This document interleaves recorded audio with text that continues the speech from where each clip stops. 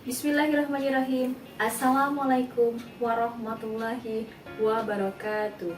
Salam sejahtera untuk kita semua. Perkenalkan, nama saya Melita Uliandari, Sarjana Pendidikan Magister Pendidikan Sains. Saya adalah seorang dosen di program studi S1 Pendidikan IPA FKIP Universitas Bengkulu. Saya menyelesaikan pendidikan sarjana saya di program studi S1 Pendidikan Kimia FKIP Universitas Bengkulu dan lulus pada tahun 2014. Selanjutnya, saya melanjutkan studi saya ke program studi S2 Pendidikan IPA FKIP Universitas Bengkulu dan lulus pada tahun 2016. Pada tahun 2019, saya diberikan kesempatan untuk bisa bergabung ke program studi S1 Pendidikan IPA FKIP Universitas Bengkulu sebagai dosen home base. Selama saya menjadi seorang dosen di program studi S1 Pendidikan IPA FKIP Universitas Bengkulu, saya sudah mengambil beberapa mata kuliah. Beberapa di antaranya yaitu adalah mata kuliah Kimia Umum 1, Kimia Umum 2, Kimia Umum, Kimia Lingkungan. Pada kesempatan kali ini, izinkan saya menyajikan video pembelajaran dalam rangka PDD UKT-PT atau Pernyataan Diri Dosen dalam Unjuk Kerja Tridharma Perguruan Tinggi dalam rangka sertifikasi dosen gelombang 2 tahun 2023 di bidang pengajaran. Dalam video kali ini, saya akan menyajikan video pembelajaran dan saya akan menyampaikan teknik pembelajaran yang saya gunakan, yaitu dengan menggunakan DIA, Delivery, Interaction, dan Assessment. Pada mata kuliah Kimia Umum, mata kuliah ini adalah mata kuliah wajib di program studi S1 Pendidikan IPA dengan bobot 4 SKS, di mana 3 SKS teori dan 1 SKS praktikum. Mata kuliah ini bertujuan untuk menghasilkan profil lulusan sebagai calon guru IPA dan peneliti bidang pendidikan IPA yang profesional.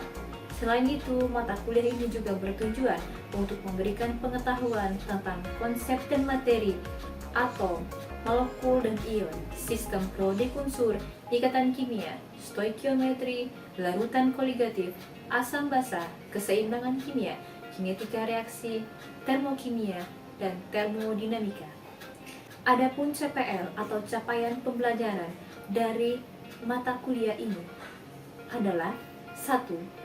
Menunjukkan sikap bertanggung jawab atas pekerjaan di bidang keahliannya secara mandiri. 2. Menguasai konsep teoritis tentang ilmu kimia umum dan karakteristiknya dalam mengoptimalkan pembelajaran IPA. Ketiga, mampu menerapkan pemikiran logis, kritis, sistematis, dan inovatif dalam konteks dan pengembangan atau implementasi ilmu kimia umum yang memperhatikan dan menerapkan nilai humaniora. 4. Mampu melakukan analisis reflektif terhadap pembelajaran untuk peningkatan kualitas pembelajaran IPA, melakukan penelitian dengan pendekatan kuantitatif dan atau kualitatif untuk menyelesaikan permasalahan pembelajaran IPA, mengkaji hasil-hasil penelitian dan membuat laporan hasil penelitian dalam bentuk artikel ilmiah untuk publikasi. Dari CPL ini kemudian diturunkan CPMK untuk mata kuliah kimia umum ini. Ada 4 CPMK yang telah diturunkan. Pertama adalah menunjukkan sikap bertanggung jawab atas pekerjaan yang berkaitan dengan ilmu kimia umum dan aplikasinya dalam kehidupan sehari-hari secara mandiri. 2. Mampu memperjelas berbagai proses konsep teoritis kimia umum serta penerapannya dalam kehidupan. Ketiga, mampu menerapkan pemikiran logis, kritis, sistematis, dan inovatif dalam konteks pengembangan atau implementasi ilmu kimia umum melalui analisis artikel publikasi hasil penelitian. 4. Mampu melakukan analisis reflektif terhadap pembelajaran untuk peningkatan kualitas pembelajaran kimia umum, melakukan penelitian dengan pendekatan kuantitatif dan atau kualitatif untuk menyelesaikan masalah kimia umum, mengkaji hasil-hasil penelitian, dan membuat laporan hasil penelitian dalam bentuk artikel ilmiah untuk publikasi. Mata kuliah kimia umum ini memiliki beberapa materi yang akan disampaikan. Pertama adalah pendahuluan, pengantar ilmu kimia, materi dan perubahannya. Yang kedua, klasifikasi zat, unsur, senyawa, campuran. 3. atom dan partikel, dasar penyusun atom, model atom Dalton, Thomson, dan Bohr. 4. Sistem periode unsur atau SPU. 5. Konfigurasi elektron, larangan Pauli, aturan Aufbau, dan aturan Hahn. 6. Ikatan kimia dan bentuk molekul. 7. Stoikiometri, AR dan MR, rumus kimia dan persamaan reaksi, konsep mol, stoikiometri, reaksi kimia dan reaksi kimia dalam larutan. 8. Sifat koligatif dan larutan asam basa. 9. Kinetika reaksi dan kesetimbangan kimia. 10. Termokimia dan termodinamika. Topik mata kuliah di atas akan diselesaikan dalam 14 kali pertemuan dan dengan 2 kali evaluasi, yaitu UTS dan UAS. Selanjutnya, adapun referensi yang saya gunakan dalam mata kuliah ini dapat dilihat sebagai berikut. Teknik yang saya gunakan dalam mata kuliah ini adalah seperti yang sudah saya menggunakan teknik DIA, Delivery, Interaction, dan Assessment. Yang pertama, delivery, yaitu bagaimana saya menyajikan perkuliahan saya. Ada 2 cara yang saya lakukan. Pertama, saya melakukan penyajian materi dengan pemaparan dengan menggunakan bantuan PowerPoint. Yang kedua, saya mengajak mahasiswa saya untuk melakukan diskusi dan presentasi. Selanjutnya, yang kedua, yaitu interaction.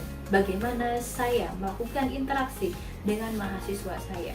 Ada 2 cara yang saya lakukan. Pertama, saya memotivasi mahasiswa saya untuk mengajak mereka aktif dalam proses perkuliahan.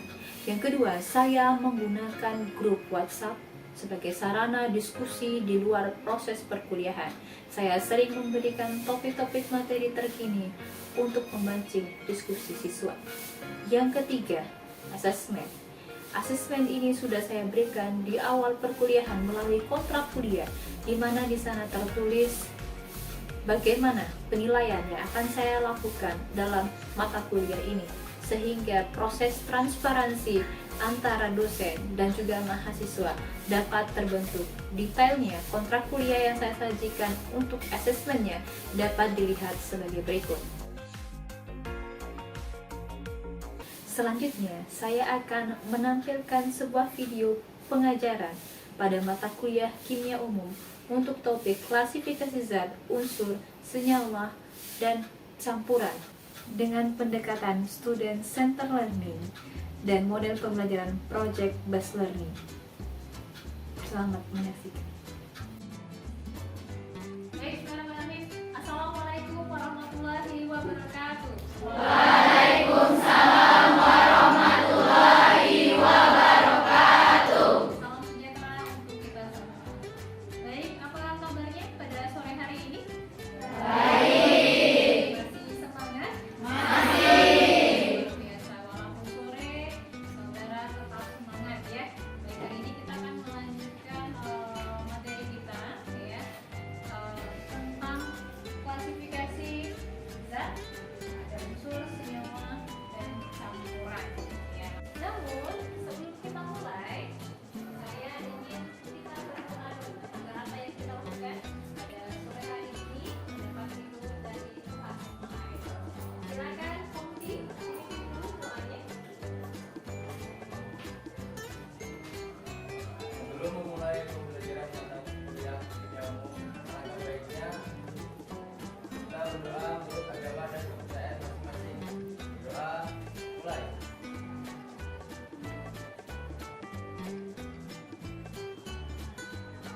Doa selesai. Baik, materi sudah saya upload. Ya, saudara sudah mendownloadnya? Oke. Nah, sekarang pertanyaan saya, adakah yang mau membantu saya, gitu ya? Review kembali apa sih materi kita minggu lalu? Silakan. Ada yang mau? Ya, tunjuk tangannya. Silakan luar biasa ya. Kayaknya masih ingat semua di materi minggu lalu ya. Silakan Kak Gita. Baik, perkenalkan nama saya Ranisa Gita dengan NPM IMA 3. Bila saya akan menjelaskan apa itu ilmu kimia. Ilmu kimia adalah ilmu alam yang mempelajari tentang komposisi dan struktur kimia serta hubungannya dengan zat tersebut. Materi adalah segala sesuatu yang menempati ruang dan memiliki massa. Sekian, terima kasih. Baik, terima kasih. Sekali lagi, Ranisa Gita ya, luar biasa masih ingat materi kita minggu lalu. Oke, baik. Kita lanjutkan ya materi kita pada hari ini. Baik, saudara bisa lihat di depan itu adalah materi kita yang akan kita bahas pada minggu ini tentang klasifikasi zat, unsur, senyawa, dan campuran. Nah, ada 3 hal penting yang akan kita bahas, ada unsur, senyawa, dan campuran. Ya, baik. Kita lanjutkan dulu nih. Nah, ini adalah CPNK atau capaian pembelajaran mata kuliah yang harus saudara dapatkan setelah saudara menyelesaikan mata kuliah kimia umum. Pertama, menunjukkan sikap bertanggung jawab atas pekerjaan yang berkaitan dengan ilmu kimia umum dan aplikasinya dalam kehidupan sehari-hari secara praktis. Ya. Nah, kedua, mampu memperjelas berbagai proses konsep teoritis kimia umum serta penerapannya dalam kehidupan. Ketiga, mampu menerapkan pemikiran logis, kritis, sistematik, inovatif, dan konteks pengembangan atau implementasi ilmu kimia melalui analisis artikel publikasi hasil penelitian. Dan terakhir, ya, mampu melakukan analisis reflektif terhadap pembelajaran untuk peningkatan kualitas pembelajaran kimia umum, melakukan penelitian dengan pendekatan kuantitatif dan atau kualitatif gitu, untuk menyelesaikan masalah kimia umum, mengkaji hasil-hasil penelitian, dan membuat laporan hasil penelitian dalam bentuk artikel ilmiah untuk dipublikasi. Nah, dari CPNK kemudian diturunkan sub CPNK. Nah, apa sih sub CPNK kita pada materi klasifikasi zat tadi? Yaitu adalah mampu membuat skema klasifikasi zat. Jadi dari unsur, senyawa, dan juga campuran. Nah, yang pertama yang akan kita bahas itu adalah unsur. Ya, ini ya, unsur. Apa sih itu unsur? Coba saya mau lihat. Apa sih dari hasil bacaan? Apa sih itu unsur? Silakan tunjuk tangan.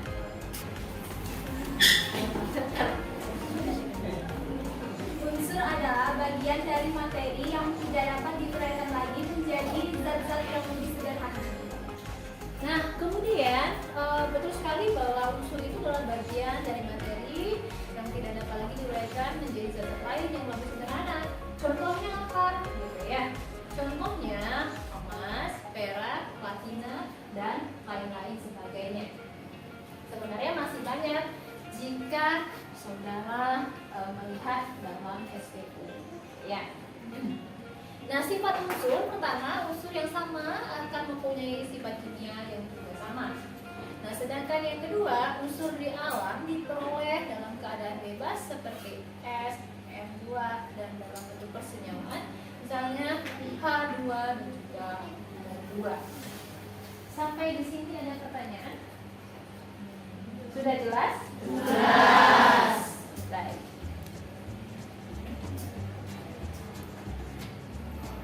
Nah, selanjutnya kita masuk kepada jenis-jenis unsur. Ada 2 jenis unsur. Betul ya? Apa sih gitu ya? Pertama adalah unsur logam. Tahu logam ya? Tahu. Baik. Nah, apa sih unsur logam gitu? Unsur logam ini mudah sekali dikenali karena memiliki ciri-ciri yang gampang untuk dikenali. Apa coba? Pertama adalah permukaannya mengkilat, berbentuk padat, kecuali raksa yang juga berbentuk cair. Ya. Unsur logam itu mudah ditempa, dapat menjadi plat atau kawat dan memiliki kemampuan menghantarkan arus listrik. Ya. Nah, yang kedua, kita lihat apa itu? Yaitu adalah unsur non-logam. Kalau unsur non-logam berarti dia bukanlah dari golongan logam. Ya. Nah, unsur non-logam itu tidak dapat menghantarkan arus listrik, juga panas, begitu. Kemudian dalam wujud padat tidak dapat ditempa dan juga tidak gelap. Nah, contohnya yang Anda bisa lihat nih di sini ada hidrogen, oksigen, nitrogen, belerang, fosfor dan seterusnya. Oke, kita lanjutkan. Nah, berikutnya adalah senyawa. Baik, sekarang ada nggak yang tahu? Melani. Senyawa adalah zat yang terdiri dari beberapa unsur sehingga dapat diuraikan menjadi unsur-unsurnya dengan proses tertentu. Baik, senyawa definisikan sebagai zat yang dapat dibentuk dari berbagai unsur. Ya, jadi kita lihat jawaban dari Melani gitu ya. Senyawa didefinisikan sebagai zat yang dibentuk dari beberapa jenis unsur yang saling terkait secara kimia dan memiliki komposisi yang tetap. Nah, senyawa ini contohnya adalah antara unsur H dengan O, atau kita lebih kenal dengan istilah H2O. Kenapa dia bentuknya adalah senyawa? Karena dia merupakan penggabungan dari dua unsur, yaitu ada unsur H dan juga unsur O. Sampai sini bisa dipahami? Bisa. Baik. Kita lanjutkan.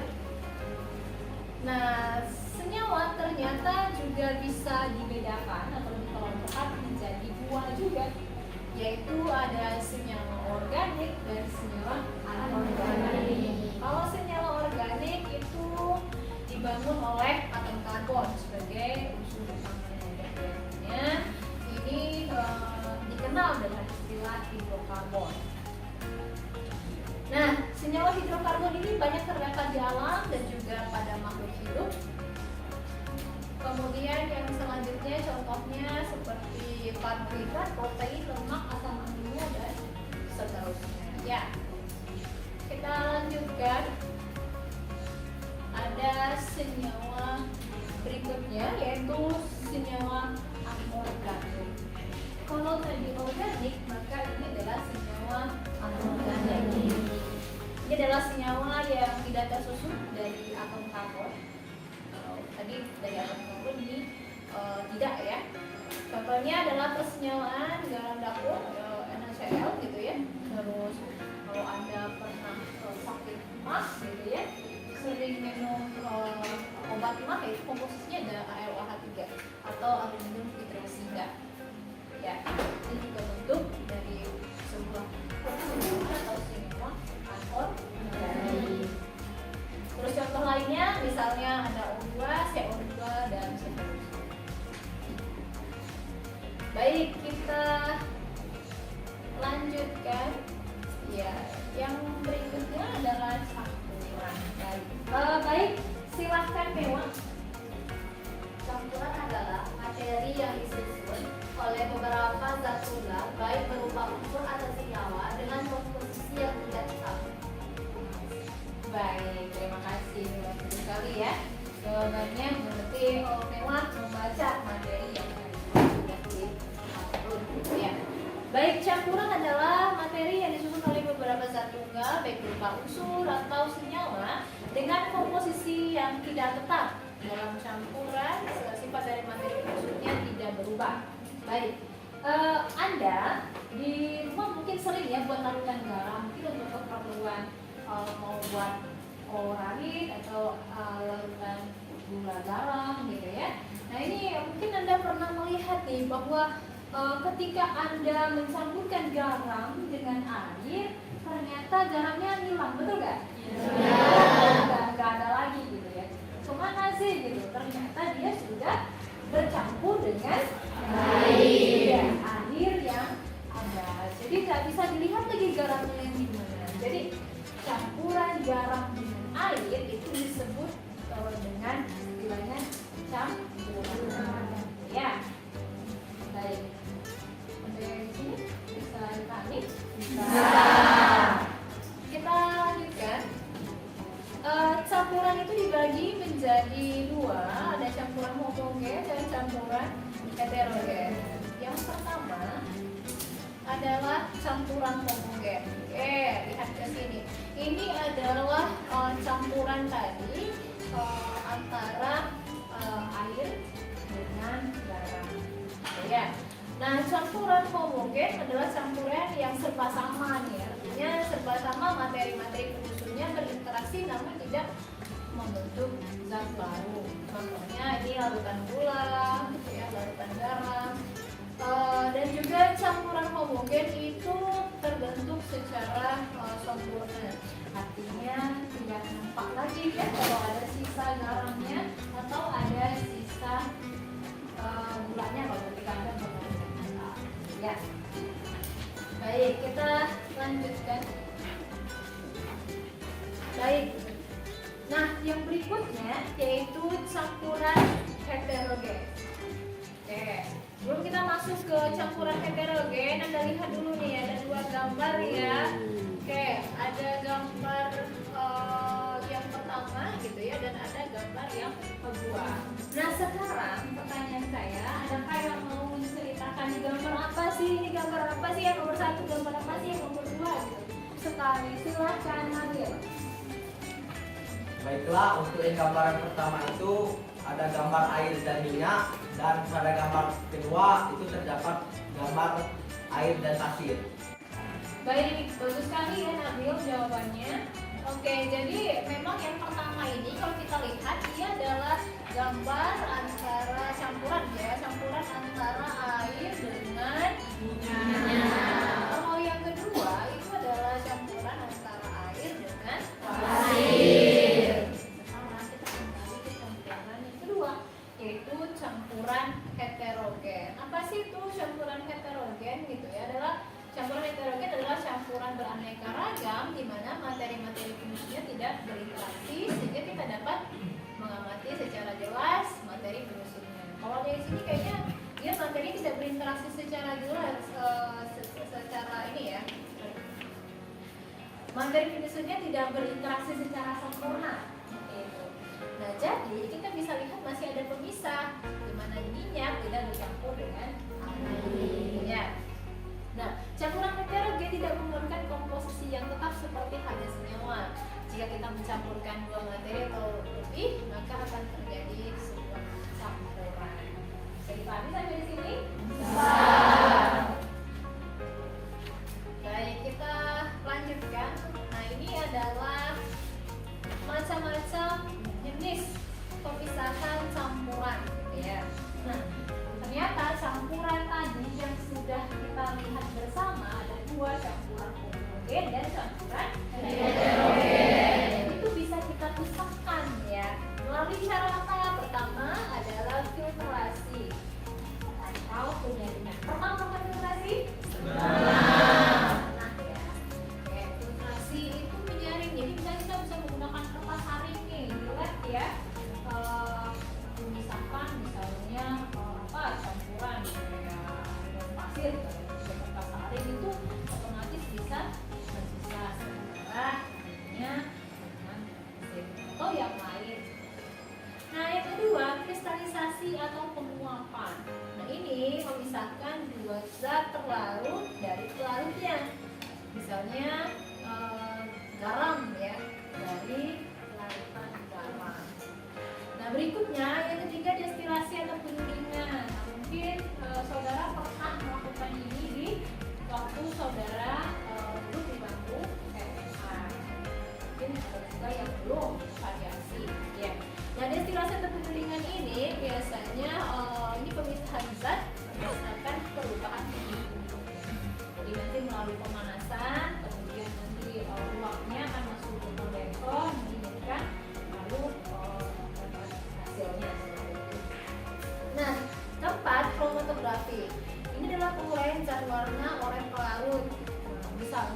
paling sederhana bisa kita lakukan adalah menggunakan bilah kertas. Nah ini elektrolisa. Nah ini contoh pemisahan logam ini dengan campurannya.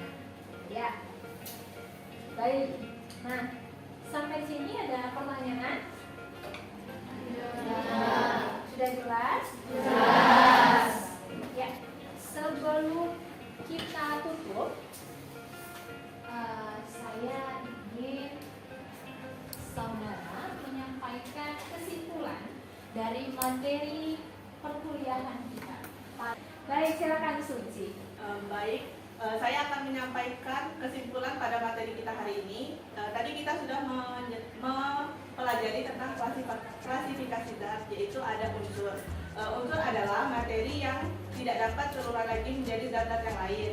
Unsur dibagi menjadi dua, yaitu unsur logam dan unsur non-logam. Yang kedua ada senyawa. Senyawa adalah zat yang tersusun dari beberapa jenis unsur.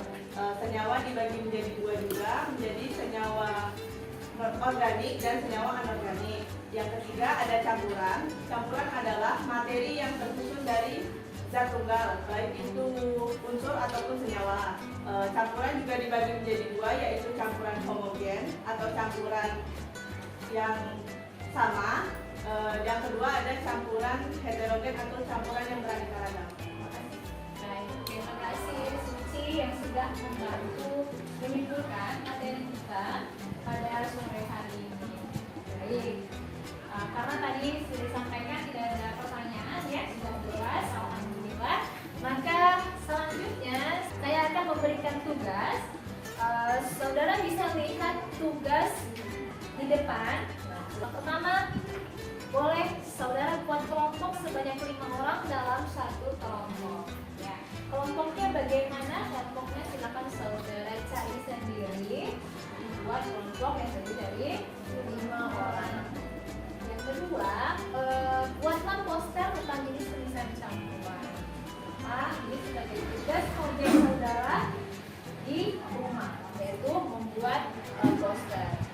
Selanjutnya, poster dikumpulkan dan dipresentasikan oleh setiap kelompok pada pertemuan berikutnya. Terakhir, penentuan kelompok yang presentasi akan ditentukan dengan ujian. Jadi saudara harus siapkan posternya untuk masing-masing kelompok. Sehingga nanti kemungkinan kelompok saudara terpilih itu sangat besar. Jadi kalau kelompok saudara terpilih, maka saudara tinggal sudah siap untuk itu ya. Baik, demikian ada pertanyaanmu terkait dengan